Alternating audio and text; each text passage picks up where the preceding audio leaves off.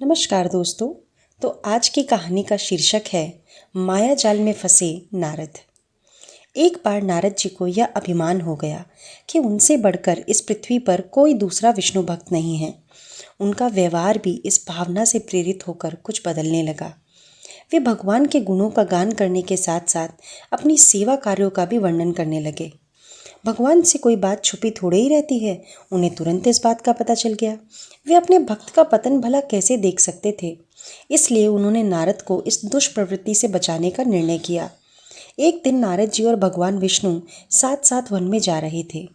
अचानक विष्णु जी एक वृक्ष के नीचे थक कर बैठ गए और बोले, भाई नारद जी, हम तो थक गए हैं, प्यास भी लगी है, कहीं से पानी मिल जाए तो ले आओ। हमसे तो प्यास के मारे चला नहीं जा रहा, गला भी सूख रहा है।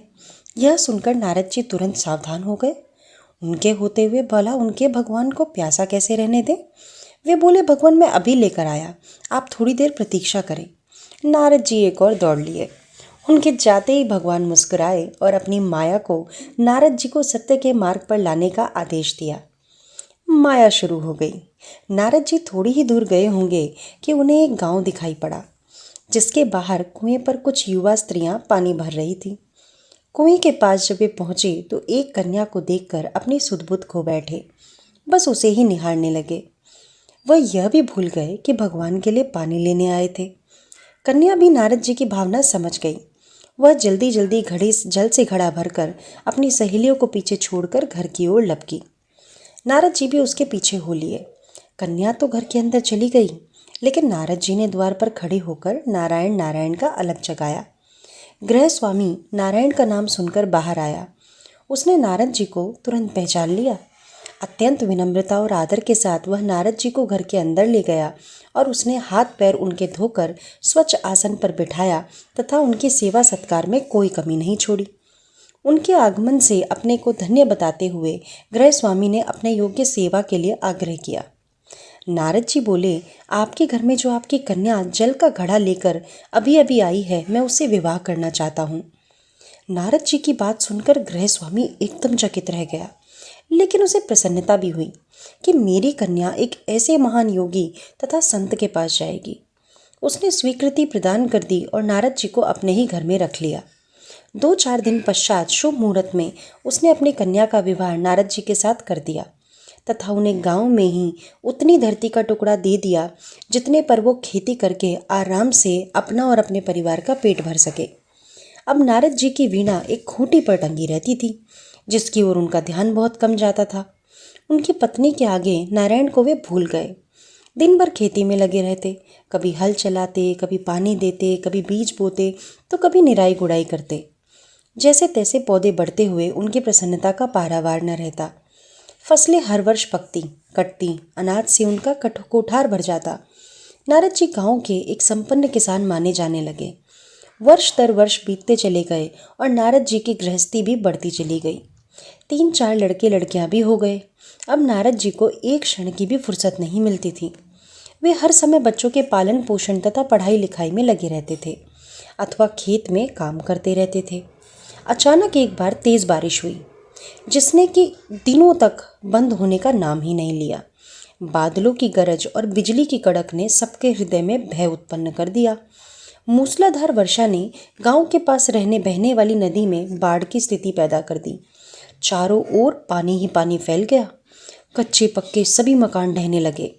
घर का सामान बह गया, पशु भी डूब गए, इतने व्यक्ति मारे गए। गांव में त्राही त्राही मच गई। अब नारद क्या करें।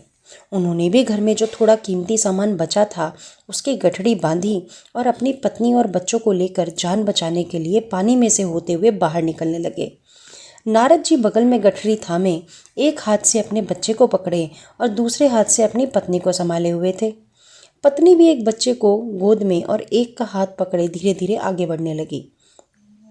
पानी का बहाव अत्यंत तेज तथा यह भी पता नहीं चला कि कहाँ गड्ढा है और कहाँ टीला।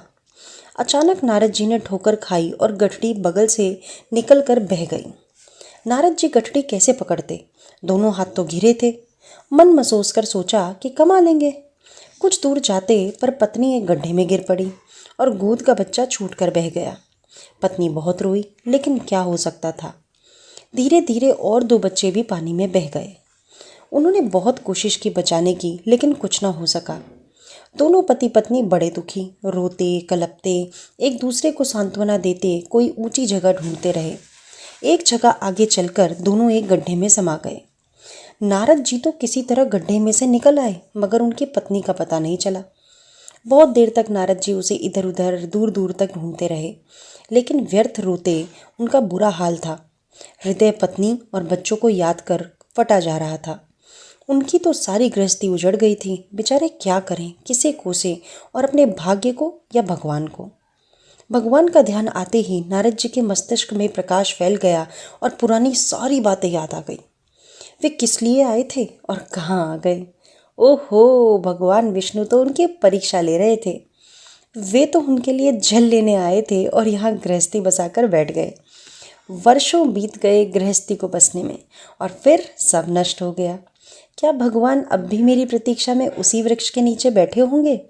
यह सोचते ही बाढ़ नदारद हो गई। गांव अंतर्ध्यान हो गया। वे तो घने वन में खड़े थे। नारद जी पछताते और शर्माते हुए दौड़े। देखा कुछ ही दूर पर उसी वृक्ष के नीचे भगवान लेटे हैं। नारद जी को देखते ही उठ बैठे और बोले, अरे भाई नारद, कहाँ चले गए थे? बड़ी देर लगा दी, पानी लाए या नहीं? नारद जी भगवान के चरण पकड़कर बैठ गए और लगे अश्रु बहाने। उनके मुंह से एक बोल भी नहीं फूटा। भगवान मुस्कुराए और बोले, तुम अभी तो गए थे, कुछ देर ही तो हुई है, इतना क्यों रो रहे हो? लेकिन नारद जी को लगा था कि वर्षों बीत गए।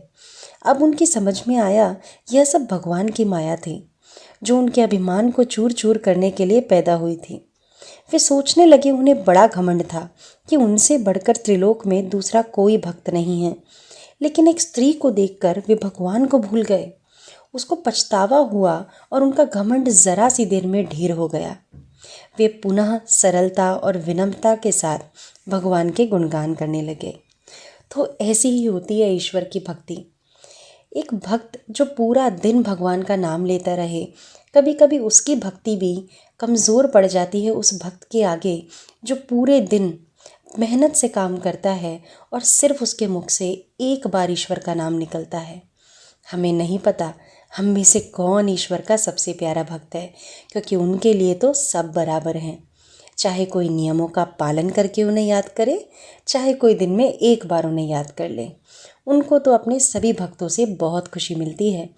आपका दिन मंगलमय हो। और हाँ, आपके लाइक, शेयर और सब्सक्राइब से हमें भी मंत्रमुग्ध करना ना भूलें।